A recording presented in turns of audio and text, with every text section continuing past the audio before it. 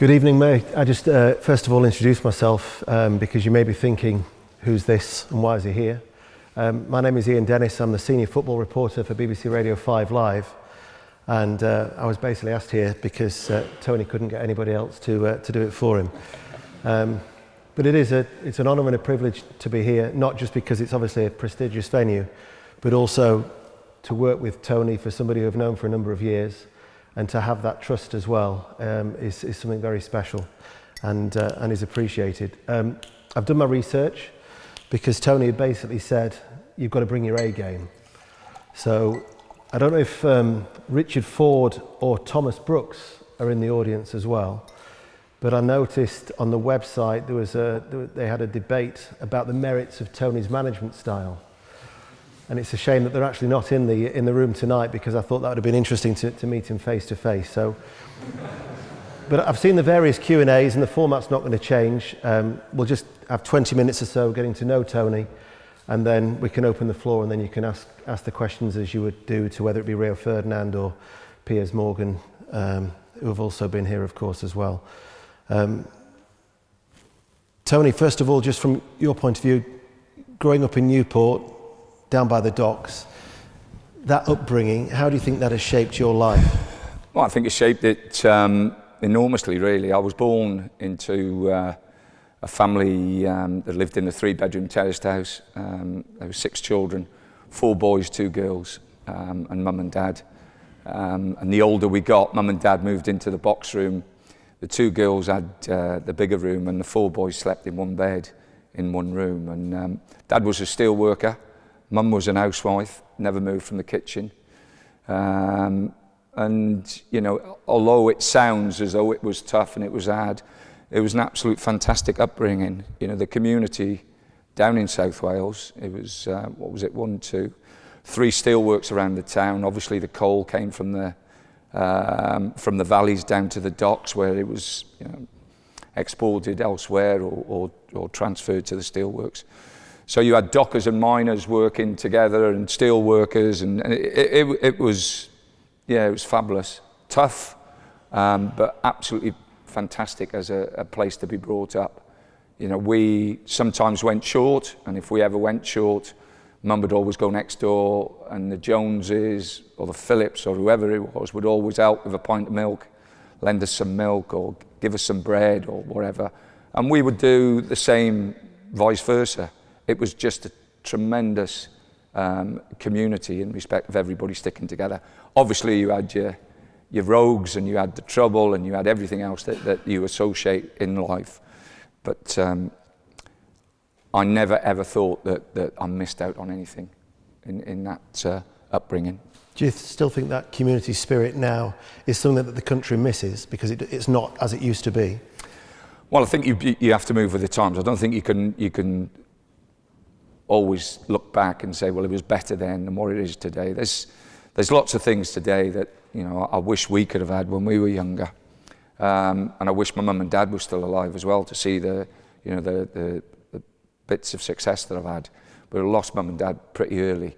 But no, you know, it was what it was, and everybody got on with it. And like I say, until I moved, I joined Bristol Rovers or signed apprenticeship forms when I was 15, left school when I just turned 16. So that was obviously the last time then that you know, I lived at home. Although I went home on weekends, my home then was in Bristol. And yeah, it gave me a very, very solid, sound base of which I've built my life on, really. You went out to the Far East. I bet you'd love to go to the Far East now. Yeah, I spent 8 months in Hong Kong. It's a good story, really. I met my wife when I was 18. Deb's just 3 years older than me, and our times have changed. We wanted to buy a house in Bristol, and Debbie wouldn't move in unless we were married. So we ended up courting each other till I was 24. We were courting and that means going out. We were going out together for 6 years. And I had an opportunity. Ron Wiley, who'd been a manager at Aston Villa, had moved out to Hong Kong and managed one of the big clubs out there. And they were looking for a tough midfield player to go out there and play for 8 months. and the money was very, very good. And it actually gave me enough money to put a deposit down on this house that me and Deb were very, very keen on getting. So I went to Hong Kong, and I have to say, for the first 3 months, I really, really struggled in respect of everything. You know, the weather, you know, the way they lived their lives, the lot. It was too much for me in some respects. And there was times where I really thought, blimey, I just want to go back home. But then the further I grew into it, the more I enjoyed it. And after Christmas, Deb came out at Christmas time and spent a month with me. And I think most probably her being out there and everything else relaxed me. I became more inclined to work their way and live their way. You know, I started eating my food with chopsticks instead of demanding that I had a knife and fork and was civilized. It was fantastic. It was a wonderful experience. And the club I played for was Happy Valley. And for years, and I mean years, every Christmas, the first card I got at Christmas time was always from that football club. You know, they looked after me so well. It was wonderful. And I found, you know, that the Chinese were really, really wonderful people. Wonderful people. I don't know if you know, but Tony's got a huge passion for history. And I just wonder, if you left home at 16 and you had this 17-year playing career, where did that history, that passion for history come from? I used to always look at, you know, people who had overachieved in their lives, and people who had done things special. I know people have talked about Napoleon and the books that I've read on Napoleon, but it was everything. I'm not an expert, but I like to read about people who have, you know, have come from nothing and overachieved or done something special in their lives. And you know, he fascinated me. You know, Churchill was a wonderful leader of his time, but Churchill didn't fascinate me because he was part of establishment. He had the backing of the establishment in this country, and had not used it, but it certainly had helped him get to where he got. And during the Second World War, he was definitely absolutely outstanding, and was a great leader of this country. But I was more interested, like I said, about Napoleon, who was born on a little island, Corsica, just in the Mediterranean, to a wealthy-ish family. And then he left home, I think he was 12 years of age or whatever. You'll correct me.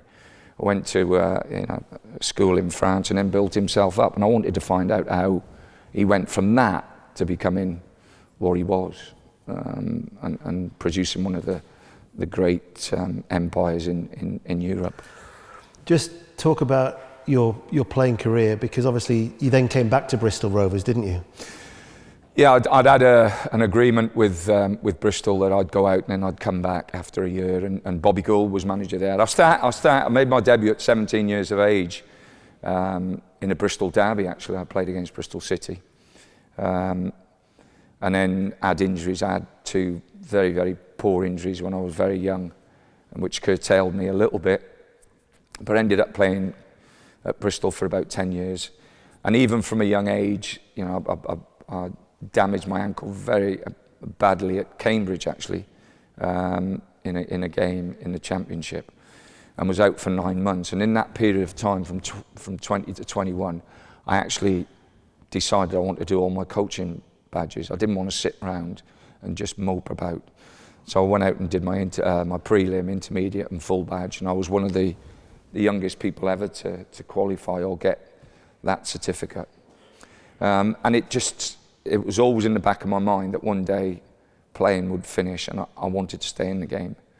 And I would go anywhere, and I mean anywhere, to watch, you know, coaches work on a Sunday morning, Sunday afternoon, wherever it took. I used to go to Lillishall. This country used to hold a week's coaching sessions at Lillishall. And from 23, 24 years of age, I'd be the first one every year to enrol, to go to Lillishall, to watch the great coaches coach. And when I talk about great coaches, I talk about people like Don Howe, Dave Sexton, Venables, Bobby Robson. There was fantastic. We had Italian coaches coming over, French coaches. It was just a wonderful week. And being a young lad and still playing, it was just wonderful to be able to see these top coaches work and talk, and having a drink with them in a bar afterwards. And so without consciously working and trying to preempt my career, I always had it on the back of my mind that I wanted to stay in this wonderful game. You'll have to tell the story though about when you were going up to Grimsby in the tax disc. That was my first job. Harry was I think Harry's been here. Harry Redknapp was my manager. Harry had signed me, and I went down to Bournemouth, and we had a successful 4 years. I had a successful 4 years playing, and Harry had always wanted me to get, even at that age, I was 27, 28 then, he wanted to get me on the coaching side, and I wanted to play for as long as I could. Actually left the club and then went back to the club. Went to Gillingham for a year to play, had a bad injury. Harry then re-signed me, and I went back in as a coach. And then Harry left and went to West Ham to help Billy Bonds. And Norman Haywood, who was the chairman at Bournemouth at the time, offered me the job. And the only reason he offered me the job was because I was the cheapest, the cheapest option for him. And one day we went up to Grimsby to watch a player. We drove up middle of November, December time, and it took us about 6.5, 7 hours to get up there, and we didn't get back in until about 3 o'clock in the morning. And I had this, he'd bought me this old Volvo. It was about 20 years old, and we'd gone up in his car, but my old Volvo had been sat on this roundabout all day, and obviously it was iced up. And when we got back, I said to him, can you help me get the ice off the windscreen? Or so he took out his credit card and started scraping the windscreen.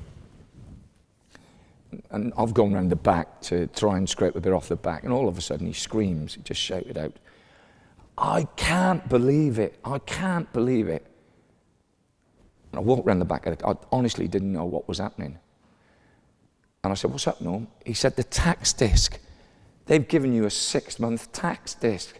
I told them 3 months at the most. It was my first management job. And I just realised then he'd given me 3 months. 3 months.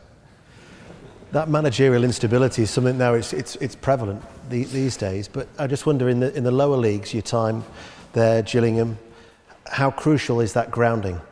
Well, I was, as I've said to the lads who were in before, you've got to be lucky, and I've been lucky at times in life. I had 2 years at Bournemouth, and we sold everybody at Bournemouth. Harry had left and gone to West Ham, and the club was financially really, really tight. And we sold. I bought people like, you won't remember him, Joe Parkinson from Wigan for 20,000, sold him for 800,000 to Everton. We sold about £3-4 million worth of players, and I then had to revert to playing youngsters. And we stayed up in the old third division, what is now the first division, for 2 years. And at that time then, my time was up. The supporters had got fed up with me, and Norman had squeezed the pips out of me, and it was time for me to move. And I left, and I wasn't a name. I wasn't a player that, you could say he was a Premier League player or top player, so he was a name, so let's give him a chance. He's not an ornament that we can place somewhere and say, look, it's so-and-so, and we've got this big name coming into the club. I was just an am and egg, just an average player. And I've got to say, the year I'd spent at Gillingham as a player, I met the chairman there, Tony Smith, who was a wonderful, wonderful person, and he's still a great friend to this day. And Tony sold the club to Paul Scally. And I'm absolutely convinced, I've never pulled Tony on this, but I'm absolutely convinced that Tony, part of the deal was that Paul Scally appointed me as the manager. And then I had 4 years at Priestfield and was very, very successful. And then that was the break I needed really to take my career on. If I hadn't got that break, I wouldn't be here talking now. We all know in the room your success that you had at Stoke City in transforming Stoke City, and West Bromwich Albion are now 8th in the table. Where do you gain your greatest source of pride from for what you've achieved at whichever club that may be? You've got to say Stoke, because when I went into Stoke, there was, we were getting 11,000 crowds, There was foreign owners the first time round. The first 2 years I was there, the Icelandic were running the club. They had an Icelandic. They just finished with they'd had a poor breakup with an Icelandic manager, and then going in on the back of that, they were trying to wind the club down. And the 2 years I spent with the Icelandic people, and I really liked them. I thought they were decent people. Their knowledge of the game and their knowledge of what was necessary was in some ways miles apart from what I thought. But it was good experience. And then leaving, going to Plymouth and being successful at Plymouth, and then Peter Coates coming in. Peter had been a chairman at Stoke and had tried to recruit me on 2 other occasions, and I'd said no to him. And then he came back and I said yes. And it was the best thing I ever did. He was, I'd lost my dad at the time, and Peter was like a father figure to me. He understood that I was very focused, very determined, obsessive, to a point where I could be, irritable, to put it nicely. And Peter managed me, and he managed me through those 8 and 9 years better than any other person I've ever worked with. He was absolutely fantastic in the way he managed me, and got everything focused on one thing. I would be and get frustrated with everything connected with a football club if it wasn't done properly. And I think what Peter did, Peter just focused me for a while just on the team and being successful with the team. Have you mellowed now? Yeah, I think I'm not just sure I've mellowed. I think what I've done, I've moved with the times. People are different now to when I started. It's a different society. People are made up differently, and I think if you don't move with the times, then you get left behind. And I think you have to accept that, and you have to understand that you have to do that. I still have my moments, and I still think that discipline, respect, and organisation are wonderful words. And without them, I don't think any organisation can be successful.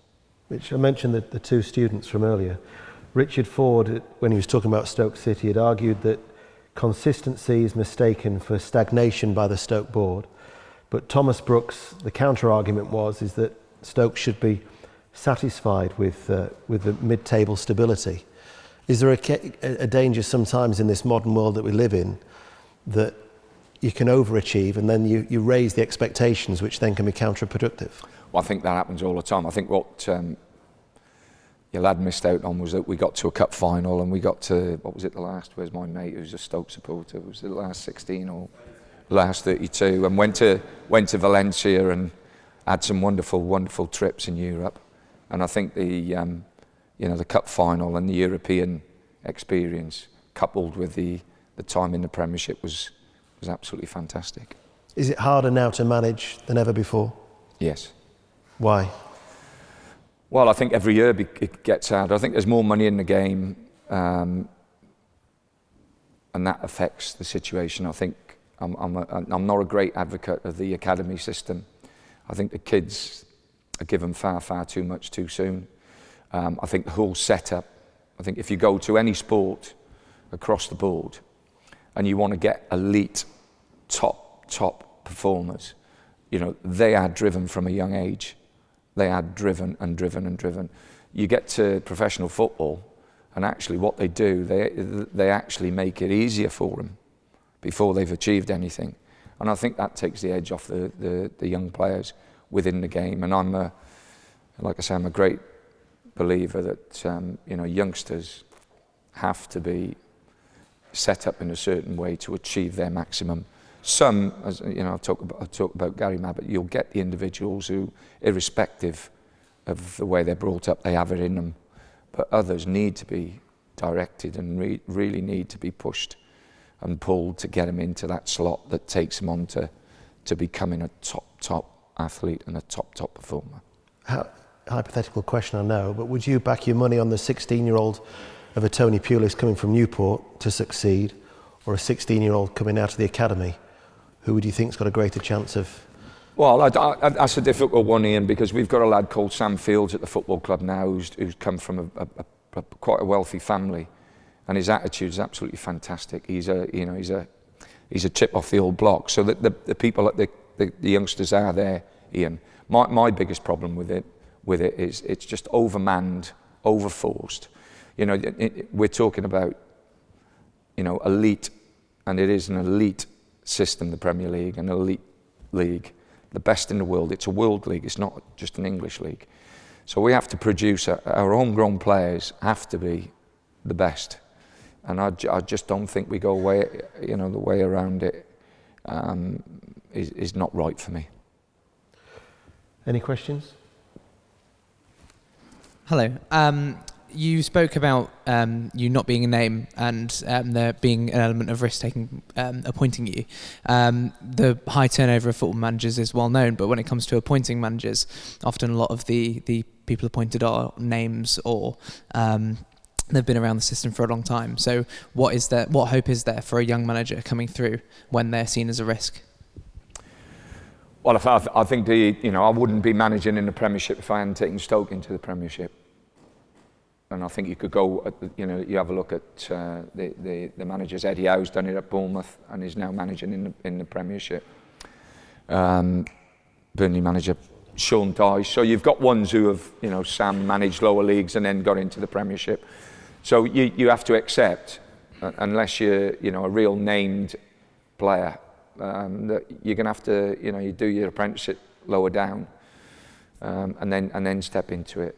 And you have to accept that, and there's great experience to be gained from working lower down. Yep. How do you think Mark Hughes is doing at Stoke City? No comment. No, it's difficult for me to comment on a former club. No, I think he's done it. They finished in the top 10 the last 3 years. I know, obviously, still having connections there. People are moaning and groaning that things have stagnated and not moved on. But the big thing with what you've got to understand and recognise, outside the top 6 or 7 clubs in the Premiership, the most important thing is that you remain there, because that gives you then the finance then to build and to build and to build. And we've always said, and I always think it's important that you do this, is that an FA Cup final, getting to Europe and staying in the Premiership is fantastic success if you can achieve it. And that obviously goes with the Premiership being, if you say to any chairman outside the top 7, what's the priority this year? They'll say just staying in the league. Yep, the gentleman on the front. Whilst the microphone's been passed around, how key is stability? I think stability is absolutely vital if you want to build a football club and take a football club forward. The problem we have today is that everything is instant. Everybody wants instant success, and if you don't achieve and achieve and achieve and keep moving up, people are going to moan and groan. And as a manager, you have to accept that. It's no good, holding anything against people. People just want more, and they expect more. And sometimes a change freshens things up for a while. And then that club will drop in to what it was before. That there has been good changes this year at certain clubs where things have improved. But over a period of time, will that be maintained? I don't know. On the front row. Tony, you've been a manager for a long time in football, and you've been in football throughout this incredible evolution of it. One of the biggest things that's changed is the increasing amount of money that's in the game.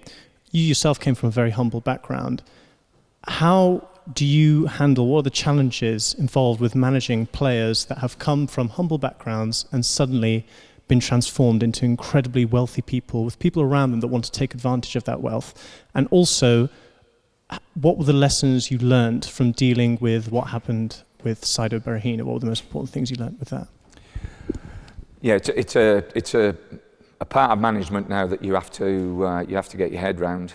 And I'm talking about apprenticeships or apprentices and young players who are earning, some of the top young players at the top 5 or 6 clubs in this country will be earning high 20s, £30,000 a week, and that's before they even kick the ball in men's football. So you're dealing with people who are very, very affluent, very rich, who are being, people are blowing in their ear every day that they are going to be superstars. They haven't got one agent, they've got about 5 agents hanging around them. They have all the other social aspects that we didn't have to deal with, the internet, everything that revolves around the internet. So it is very, very difficult. I try hard to find out what their background's like, what their parents are like, what their upbringing's been like, and you try very, very hard to, to help them if you possibly can. But, Seidel, for example, I found a lovely lad. I didn't have a problem with Seidel. The only issue with Seidel was that you always knew there was people in the back of the bus ready to talk to him as soon as you'd finished. So you could drive him a certain way. And then as soon as he left, I always felt, and I might be wrong and Seidel might disagree with me, but I always felt there was someone else blowing in his ear, and he could be absolutely fantastic when you spoke to him, but a different person because of the information he was getting from other people. The gentleman on the second row with the green jumper.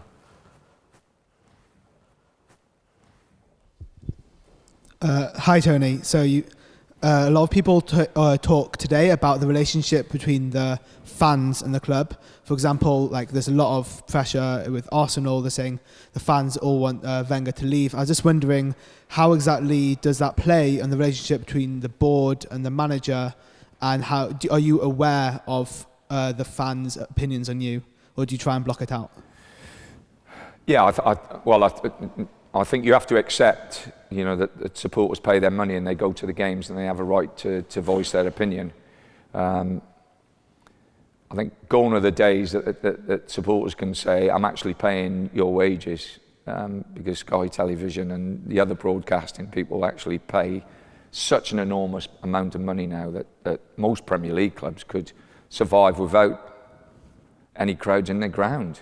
But supporters are the lifeblood of football clubs, and it's I understand their views, whether it's good or bad, and you have to accept their views, whether it's good or bad, and you have to manage those views. And again, it's a part of management that has become more difficult, again, with social media, that you can have 6 or 7 people on social media starting or igniting a flame that grows into a massive fire. And really and truthfully, it could be 20 people doing it, and everybody thinks it's everybody. So you have to deal with it, you have to manage it. Wenger has been at Arsenal for, over 20 years now. He's experienced enough to understand the situation, he's experienced enough to get through the situation. And I think, as I've said before, I think he will stay. I don't think he'll leave. Yeah, gentleman at the back there with the pink shirt on. Just talking about social media, do you have a rule in the changing room about phones away at a certain time? Yeah, you try, but I think I went to Portugal last week to watch Sporting Lisbon and Benfica on the Saturday, and then to watch Porto play on the Sunday. And I came down the lift when I was in Lisbon, and there was an American guy on his mobile phone tweeting away or whatever he was doing.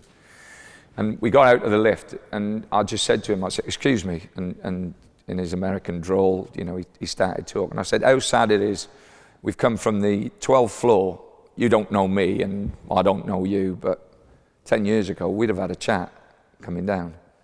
And you're in the, in the lift, and we've completely ignored each other.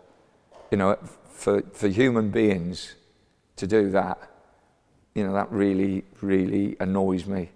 And I said to him, I would have been as bad as you, because if I'd have had something to deal with, I would have been on my phone. But it's a sad indictment. My wife has banned mobile phones from, we've got grandchildren now. When we sit down for Sunday lunch, nobody can take a phone to the table.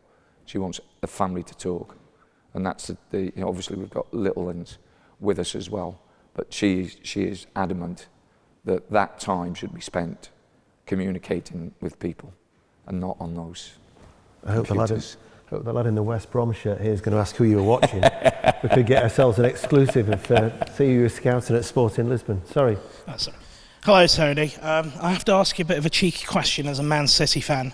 The 99 Division 2 playoff final, You were minutes away from winning the game, and then Kevin Horlock and Paul Dickoff scored those 2 fantastic goals. Man City went up. What went wrong for your team? What went wrong? Yeah. Those last 5 minutes. Blinking referee had it. What was his name? Alsey. Mark Alsey. I've never forgiven him.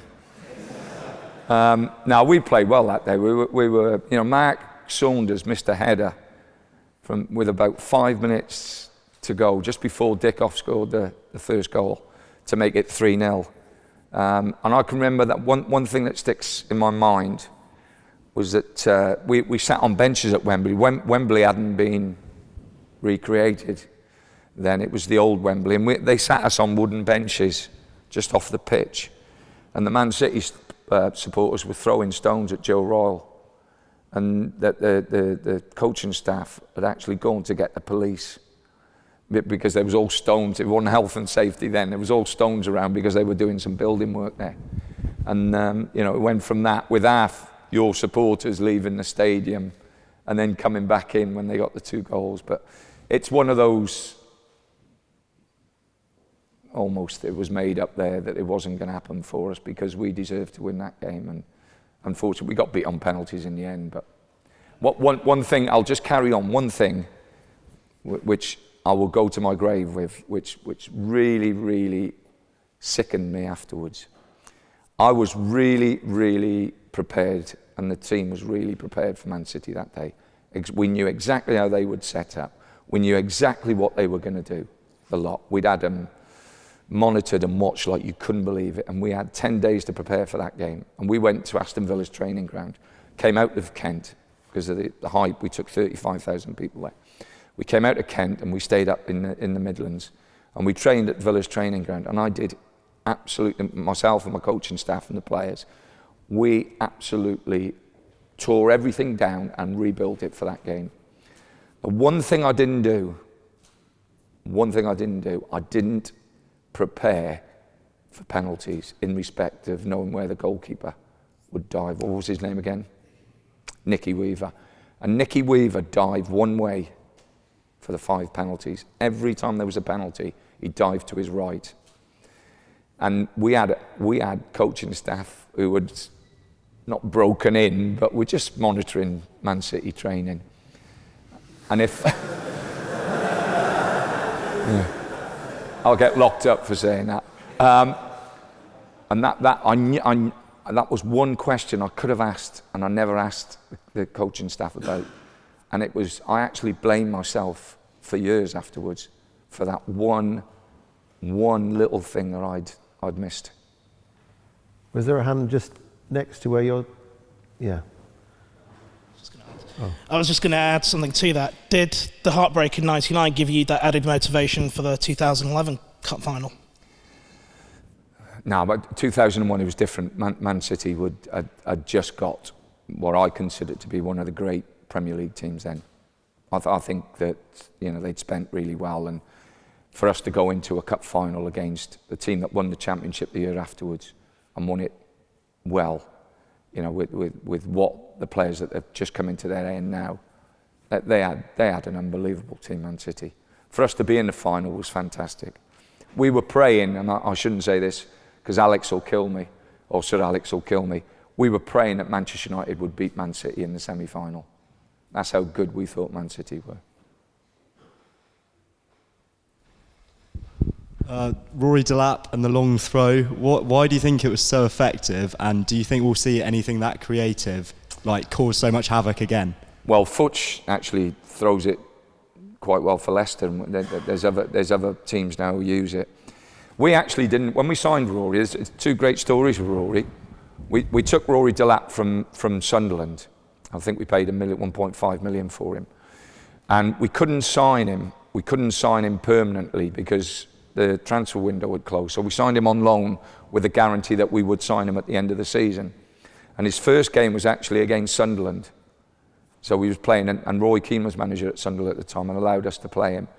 And Rory broke his leg and was out for 18 months. And my chairman, Peter Coates, who I've just spoken about, actually paid that money the next day and said to Rory, irrespective of your broken leg, we're going to look after you, which was absolutely fantastic.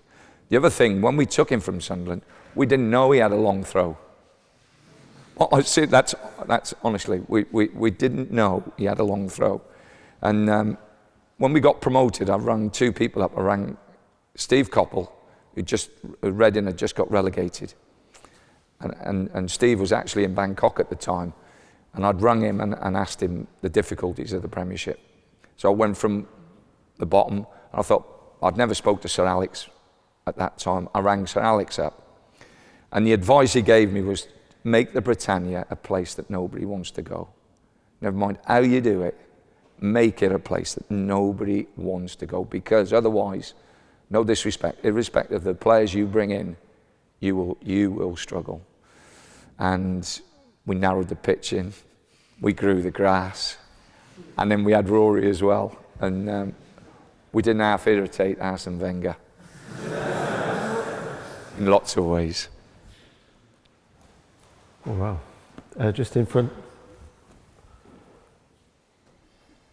We very rarely see English managers going abroad to Europe to manage. Do you think that's more reluctance on behalf of European clubs, or are English managers not putting themselves out there for these jobs? I think there's two things. I don't think there's enough English managers who speak foreign languages, and that's a detriment to us. I don't think we spend any time doing it. So it's difficult then it would be difficult for myself, who spends a lot of time on the coaching field, and I think that I do and I can motivate players in certain ways. But we have had managers who've gone abroad and been very, very successful. So Bobby Robson went abroad and was successful. So we have had managers who have gone and been successful. But the Premiership is where people want to be. But, you know, the top managers now all over the world. I think it's only Simeone out of the top elite managers who's not managed in England. So, you know, most of the top managers now, they want to come and work in England. Yep. Bring it to Tom on the front row there. Hey Tony, you're a student of history. You enjoy history; it's a hobby of yours. Historically, who would be your 1 to 11 of all time players? Oh, Tom! Come on, goalkeeper.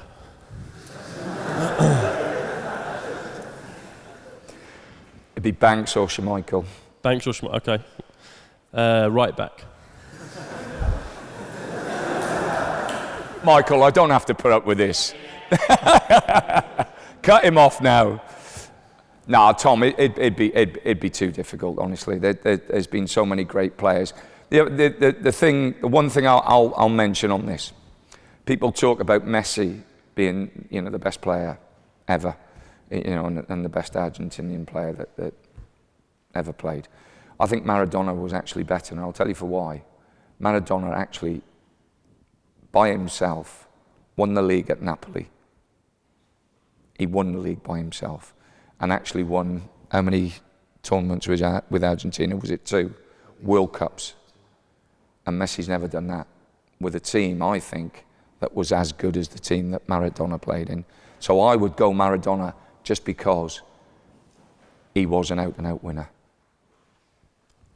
Thank you. And I'll get slaughtered for that. You can tell me in the bar afterwards they're 1 to 11. Yeah. Tom, just the lad just across the way from you. Then we'll try and switch it to the other side after that. Tony, I was just wondering, you spoke earlier in the room about how Guardiola said Messi sometimes won games for him and how he's one of the greatest ever. It's sort of become football folklore when judging Messi, whether he could have done it on a cold, wet and windy night at Stoke on a Tuesday. So I just wondered whether genuinely, because teams like Arsenal struggled, you talk about growing the grass, it was windy because of the stadium's more open, narrowing the pitch, whether Messi would have struggled at Stoke? No. He's a genius. You know, he's an absolute fantastic player, and you know, I've compared him to Maradona just to cut Tom short. But no, he could play anywhere, Messi. He could turn up on a Parks pitch and be extraordinary. He's one of the great players. Right, we'll take 2 questions on this side.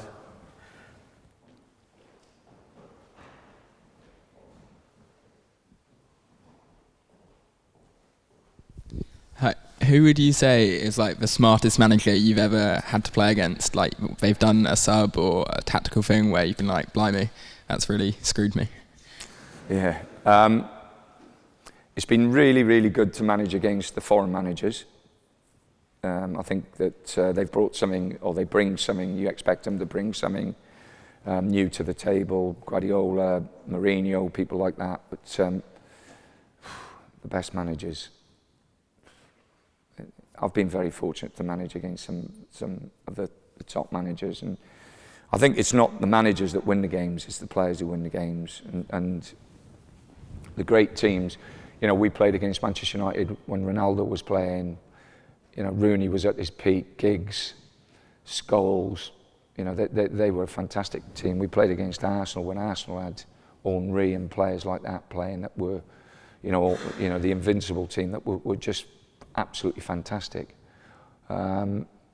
It's difficult. I think there's definitely and we talked about it in the room before. There's a gap between the elite 6 teams, 7 teams, and the rest.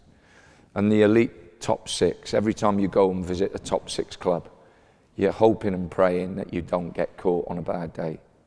I've had it happen a couple of times. When I was at Stoke, we went to Chelsea. Chelsea had a fantastic, unbelievable team. When Mourinho was managing, and then you know, the other managers who took his place, we got beat 7. It could have been about 15. They were just absolutely fantastic on the day. They just ripped us to bits. But most teams stick to a pattern. Most teams stick to a theme. Managers, you can work managers out in what they're going to do and what they're not going to do. And you do your best. You put yourself up against them and try to make it as difficult as possible. And if you can grow in the game, if you can stay in the game, then you get chances. When you said smartest, I thought you were talking about attire. I was going to say, who can compete with a baseball and white trainers combo? Absolutely. But they're not new trainers every week, are they? They're washed, aren't they? No, I did an interview with BBC Wales about a year back, and they were absolutely convinced I'd changed my trainers every week.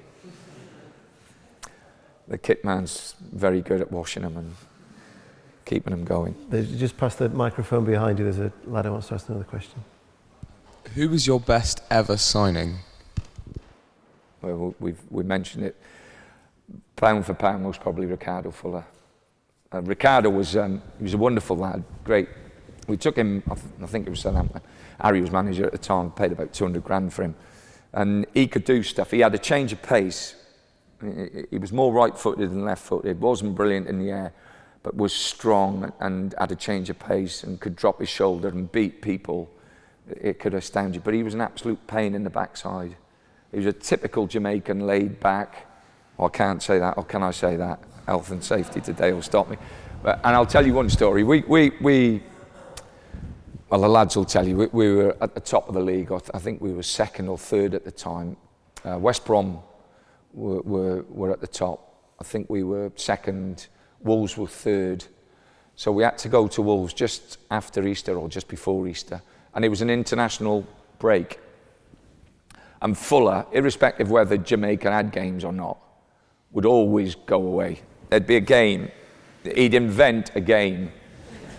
And one day, and this is the truth, we actually scanned everywhere for this game and we couldn't find this game. And we actually, when he came back, we actually pulled him and said, have you put 2 coats down on the beach and just played against your mates? And then classed that as a game. Anyway, he's got the game on the first Saturday, which is fantastic.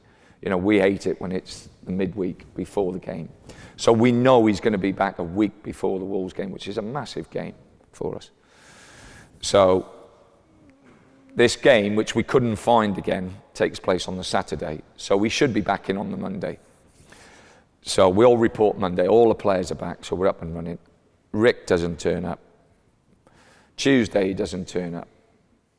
Wednesday, I get hold of Dave, the physio. Dave, you've got to get hold of him. This is the biggest game this club will have. He's got to realise. Thursday, we don't see him.